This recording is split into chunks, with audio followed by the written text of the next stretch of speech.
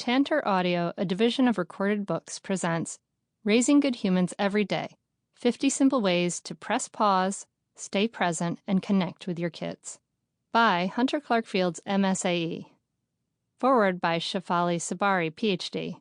Narrated by me, Hunter Clarke-Fields, Msae. Publisher's Note: this publication is designed to provide accurate and authoritative information in regard to the subject matter covered. It is sold with the understanding that the publisher is not engaged in rendering psychological, financial, legal, or other professional services.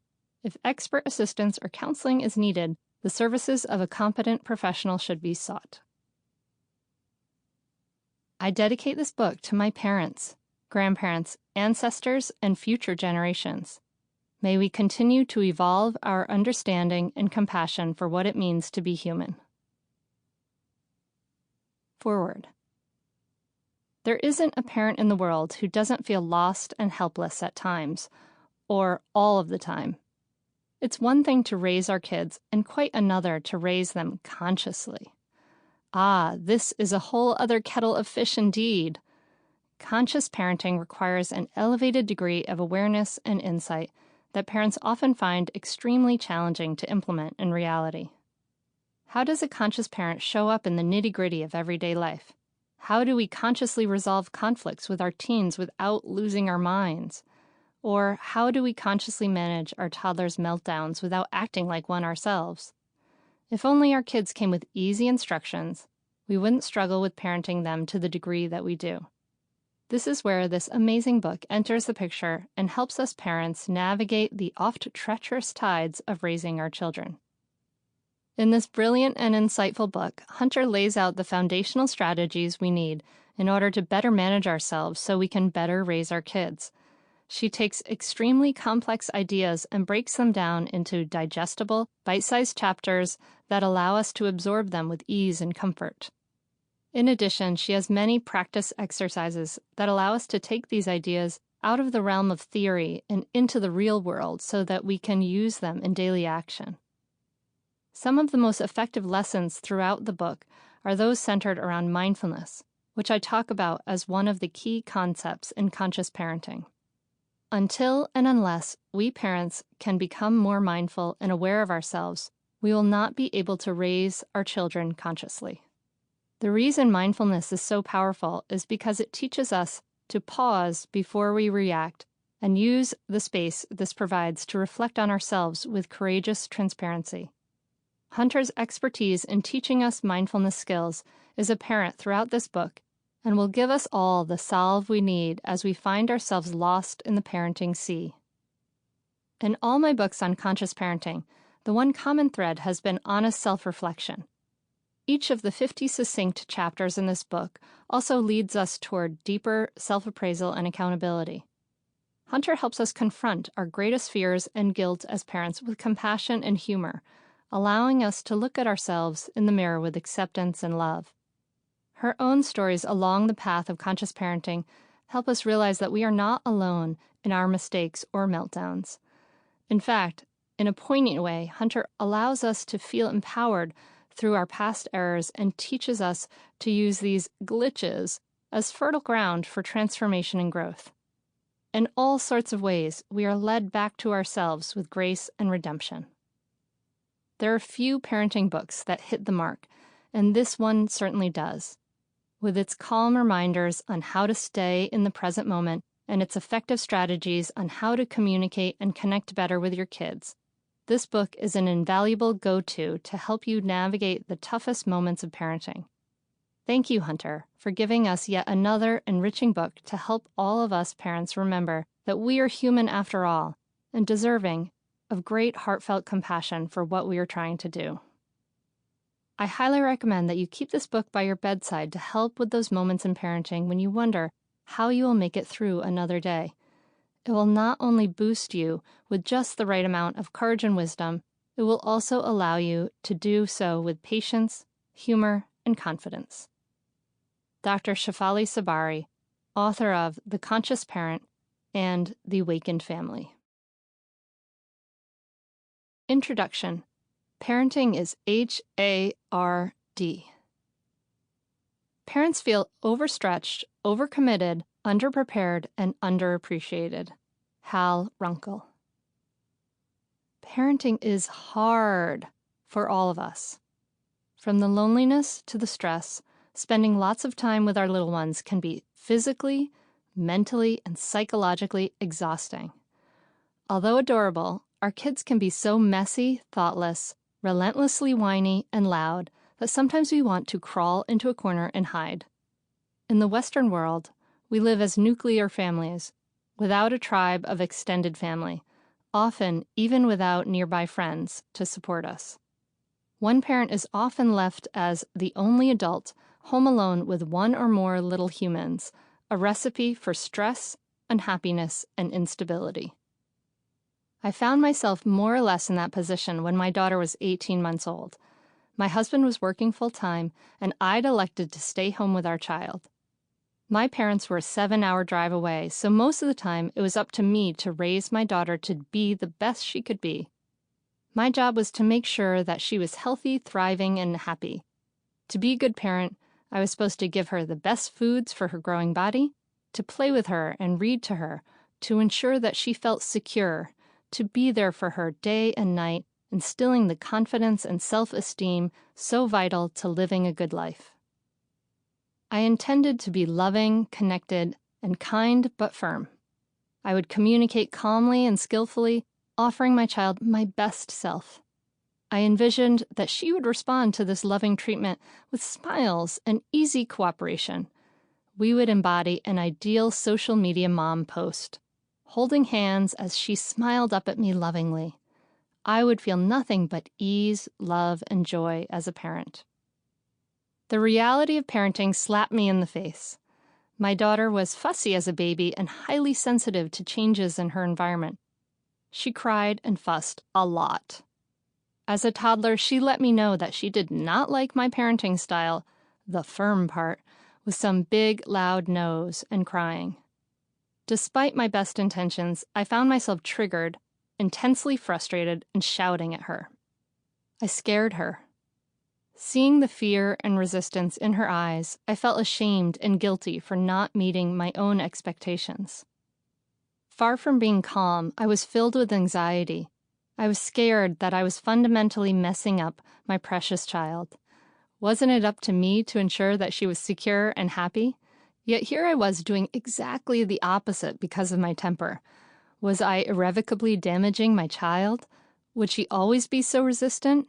Was I doomed to repeat the combative, difficult relationship I'd had with my own father? You may have similar fears. We've been told how important the early years are.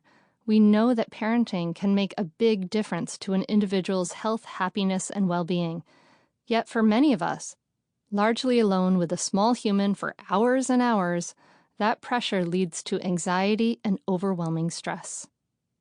If you saw a job posting for a position that promised yelling, crying, and an attitude from your coworkers, isolation, never-ending mess, and outsized responsibility, 24 hours a day with no breaks ever, you would probably run for the hills. Yet social media tells us that we should feel blissful with an unwavering sense of deep fulfillment from parenting. Older people tell us to enjoy every minute, even though our stress levels are off the charts. If you're not feeling blissful, you are not alone. Parenting is much harder than we could have expected. Despite the picture painted by social media, everyone struggles. It's okay for you to love your kids and not love parenting. But there is hope. There are ways for you to turn around your misery to joy ratio. You can have less fear, instability, and yelling, and more ease and cooperation. If you're at a low point, that's okay. The breakdown often comes before the breakthrough. My own feelings of shame and frustration broke me down. I was literally on the floor in tears, miserable. My breakthrough came when I gave up my idealistic expectations and started to focus on the place where I actually had some control. Myself. If you do not know how to take care of yourself and the violence in you, then you will not be able to take care of others. You must have love and patience before you can truly listen to your partner or child. If you are irritated, you cannot listen. You have to know how to breathe mindfully, embrace your irritation, and transform it. This is the true practice of love. Thich Nhat Hanh. About the term parent. The terms parent and family cover a wide range of relationships. Kids may be raised by grandparents, aunts and uncles, siblings, foster families, and other caregivers.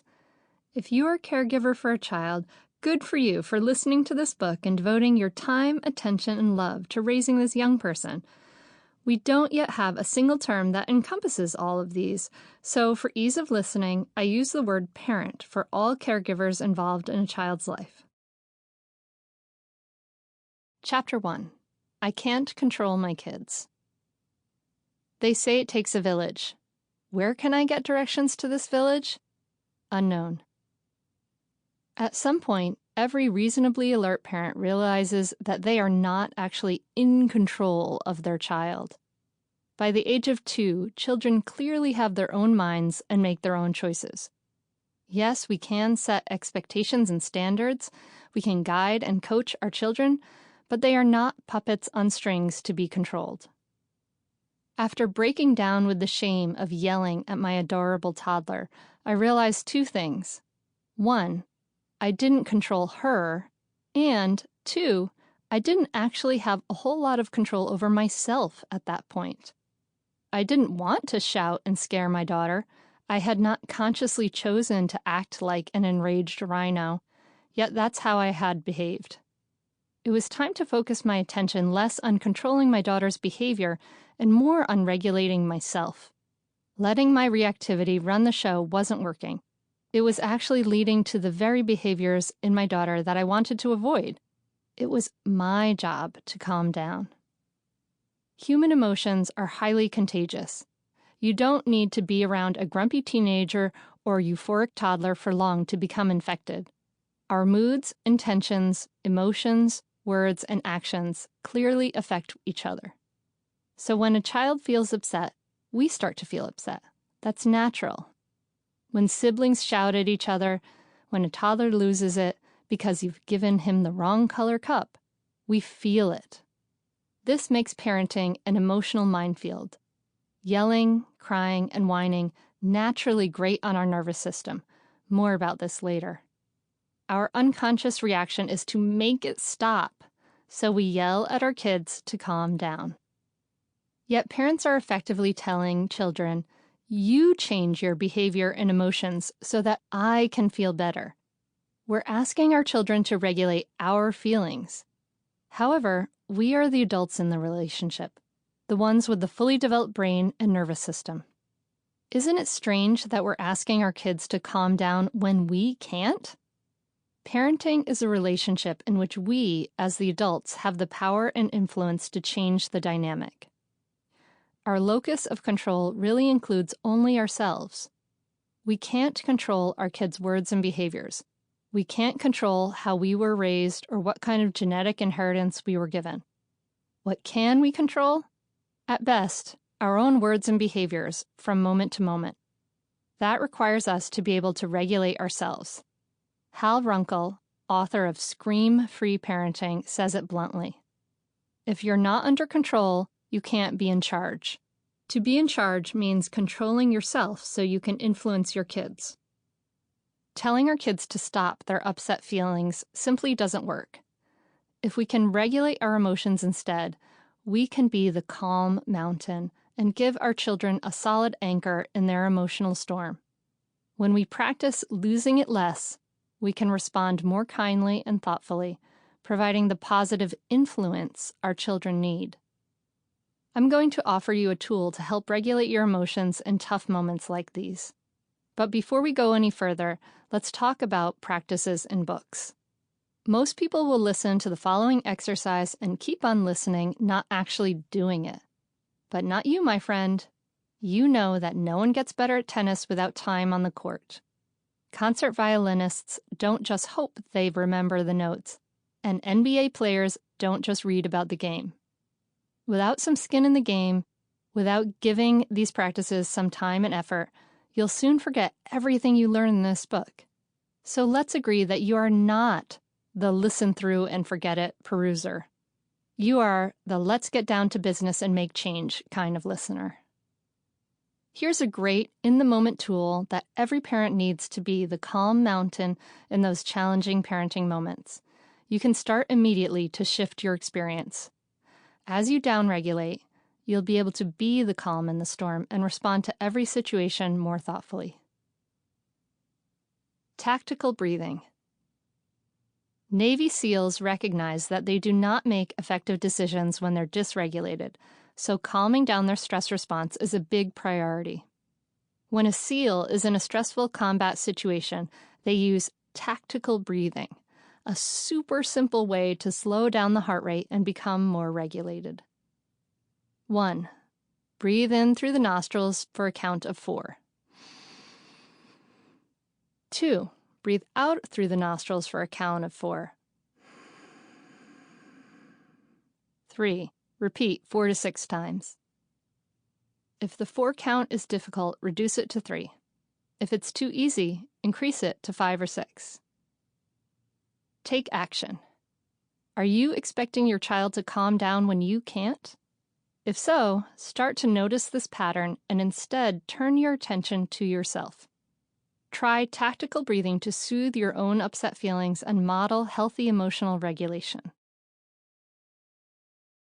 Chapter 2. I just want to get it right. Have no fear of perfection. You'll never reach it. Salvador Dali. If you're anything like me, you want to be the new and improved ideal parent. Now, please. But growth doesn't work that way. My temper didn't transform all at once, and I made lots of mistakes in the learning process. Deep, lasting change takes time. Meanwhile, we are still perfectly imperfect, mistake-making humans. You can expect a notable lag time between knowing what you want to do and actually being able to do it. None of us will ever reach perfection. It doesn't exist in parenting. The very best you can aim for is good enough. The term good enough mother was first coined in 1953 by Donald Winnicott, a British pediatrician and psychoanalyst. He observed thousands of babies and their mothers, and he came to realize that babies and children actually benefit when their caretaker doesn't meet their every need. This may seem counterintuitive, because for infants, it's best to meet their needs right away. As soon as the baby cries, we feed them or snuggle them or change their diaper. This kind of sensitive, attuned caregiving teaches our babies that they are safe and supports their feelings of security. However, we can't sustain this level of attentiveness to our children forever, nor should we. This is precisely what Winnicott shows us. He believed that the way to be a good parent is to be a good enough parent.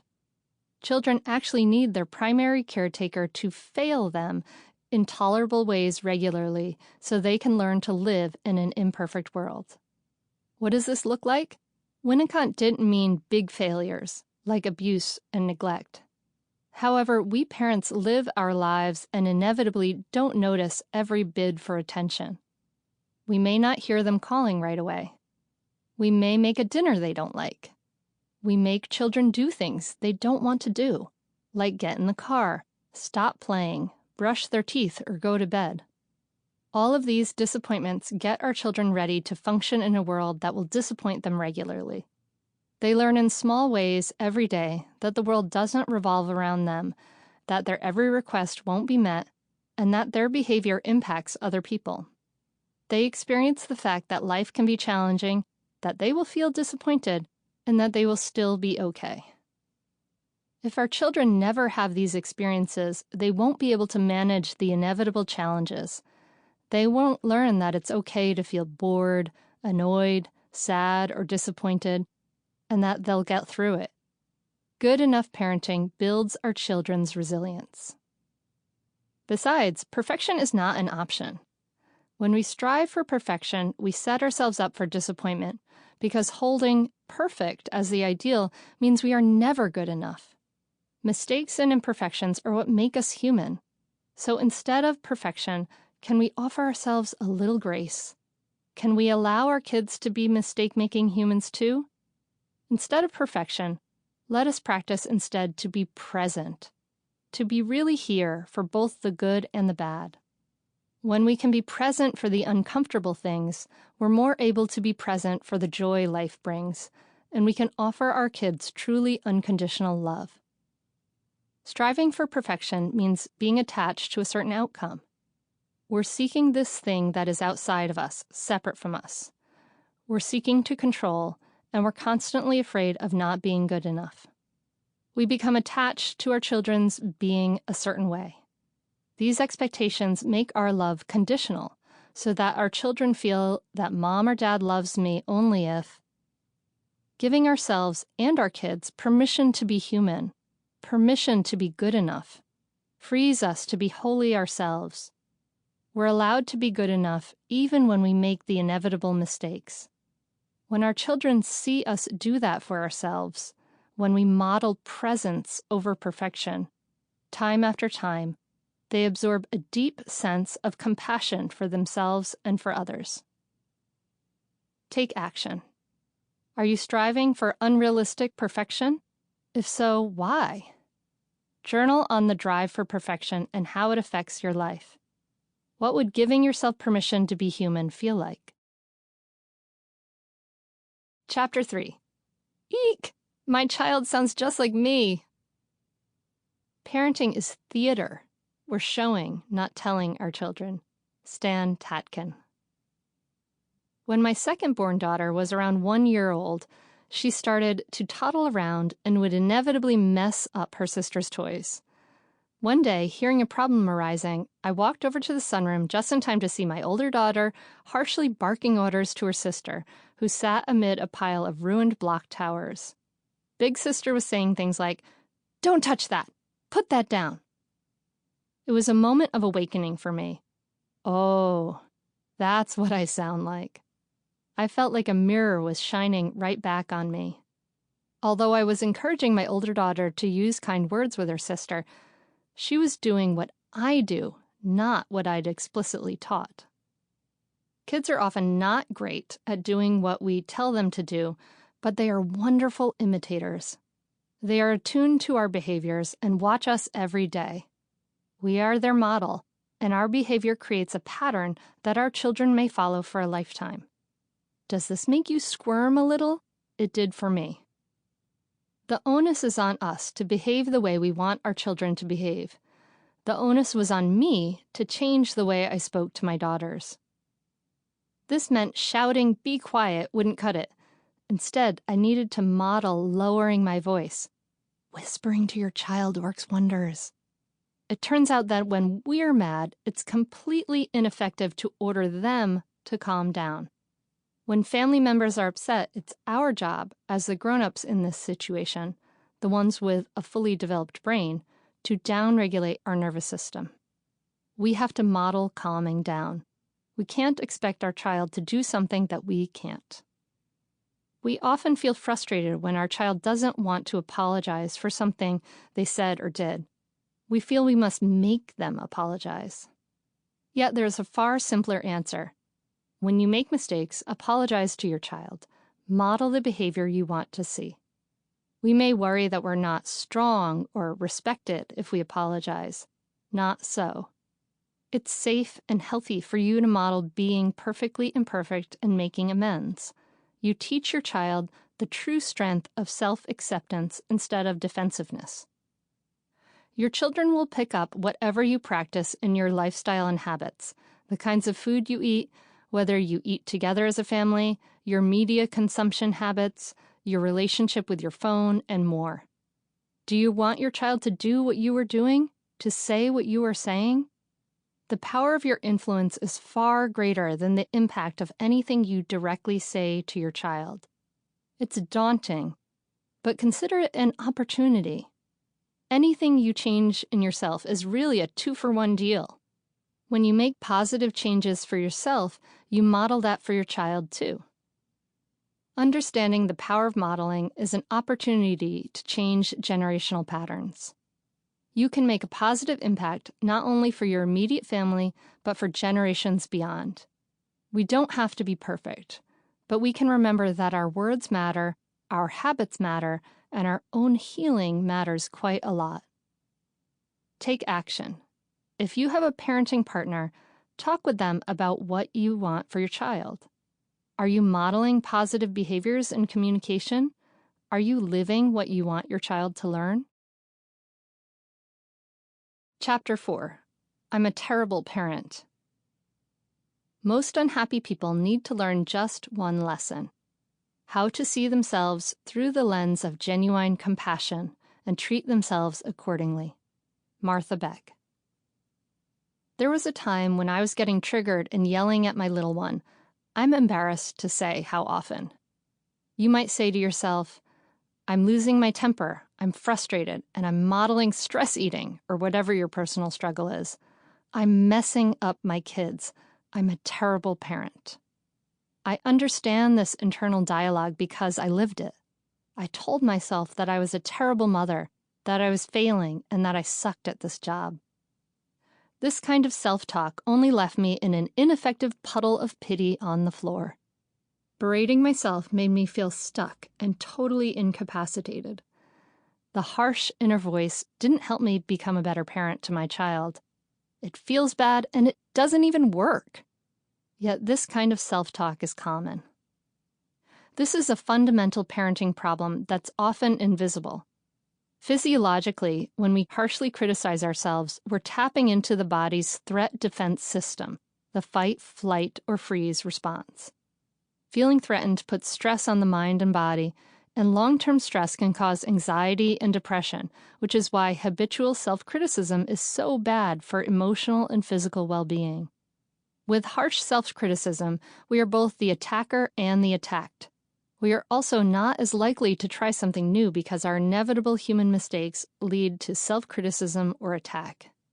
All this self-judgment and criticism keeps us well and truly stuck.